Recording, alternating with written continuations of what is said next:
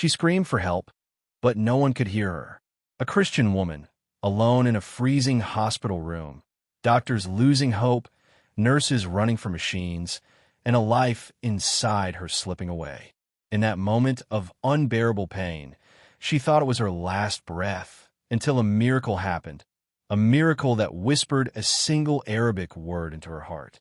And that whisper changed her destiny forever.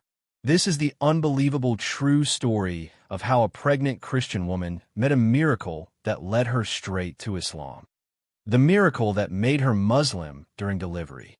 Amelia Grace never imagined her life would twist into a moment where faith, fear, and miracle would collide in a single breath.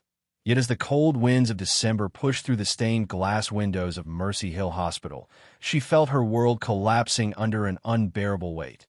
The contractions were tearing through her body like invisible blades, each wave stronger than the last, each breath shorter. And the doctors around her whispering words she didn't understand, but whose meaning she felt sinking in her bones. Blood pressure dropping, fetal distress, emergency, prepare for loss. And she, the devoted Christian woman who had spent her life singing hymns in a small Tennessee church, found herself trembling not because of the pain, but because for the first time she felt death standing so close she could feel its cold fingers brushing the edges of her soul.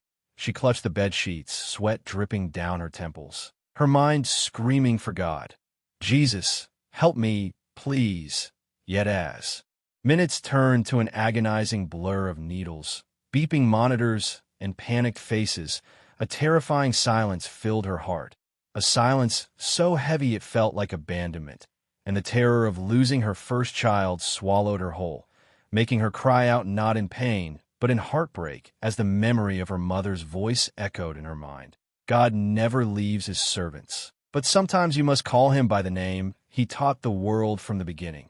And Amelia, not understanding the meaning of those words, felt a strange whisper rise from the depths of her chest, a word she had never spoken before, a word she didn't even know how she knew, a word that rolled off her dry lips with a trembling breath.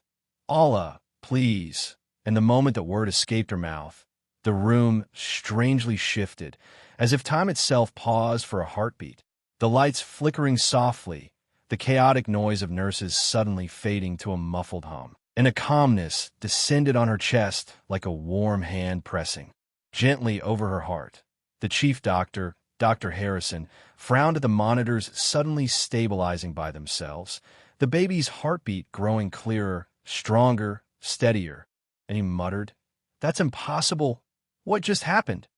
But Amelia wasn't listening to him anymore, for she felt something inside her spirit she had never felt in any church sermon, any hymn, or any prayer she had ever whispered. A strange yet familiar peace, like a truth she had always known but never understood, and tears streamed down her cheeks as she whispered the same word again. Allah, help me. Please save my baby. And for the first time in hours, the contraction pain eased, not fully gone but softened, controlled, bearable, as if someone had placed a shield between her and death. The medical team worked frantically, but now with hope instead of fear, and Amelia felt the presence around her.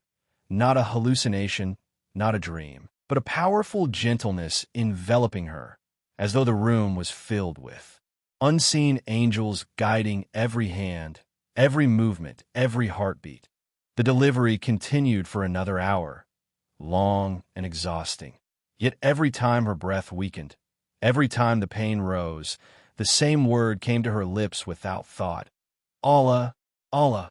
And each time she whispered it, her strength returned like waves washing over a dying shore, until finally, with one last push, a cry filled the room, loud, beautiful, trembling with life, and Amelia collapsed back onto the pillow sobbing as the nurse placed a tiny warm baby girl on her chest, her skin pink, her fists clenched, her breath strong, and the doctor whispered to Amelia, "This child shouldn't have survived. We tried everything. But the moment your vitals stabilized, hers did too." I don't know what happened in this room, but something changed, and Amelia, exhausted but holding her daughter like the most precious treasure ever placed in her hands, whispered with tears streaming down her face, Allah saved us. I felt him. I called him, and he answered.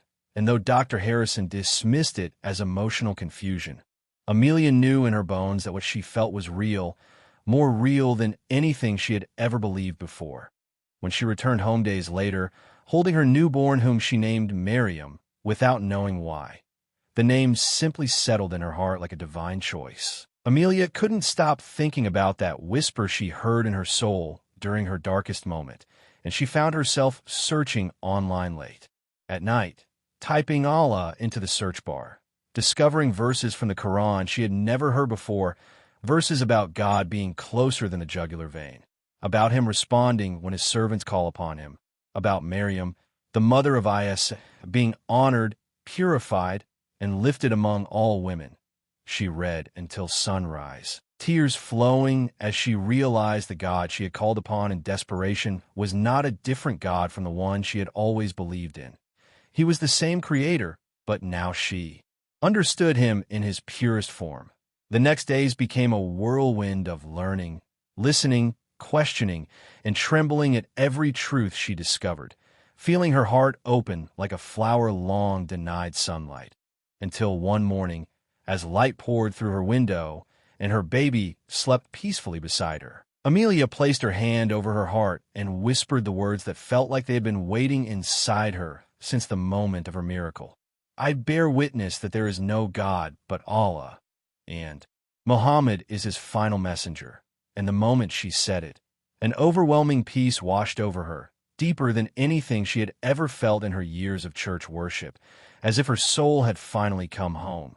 She raised Miriam with love, faith, and gratitude, telling her daughter the story of the night Allah saved both their lives, the night a Christian woman found Islam not in books, not in speeches, but in the beating heart of a miracle that unfolded at the edge of death, and every time Amelia prayed, she remembered the moment she first uttered the name Allah, the moment the room filled with peace, the moment heaven opened a path for her, and she vowed that as long as she lived, she would never stop telling the world that when you call upon Allah, especially in your darkest hour, He answers in ways that shake the earth and awaken the soul.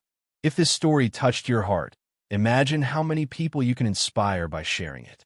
Someone out there is in pain, someone is searching for God, someone is one miracle away from finding Islam, and your share could be that miracle. Subscribe to Deen in Minute, where we bring real, emotional, life-changing Islamic stories that awaken hearts and strengthen faith. Don't just watch, be part of the dua. Click subscribe, share this with someone who needs hope, and may Allah make you a source of guidance for others.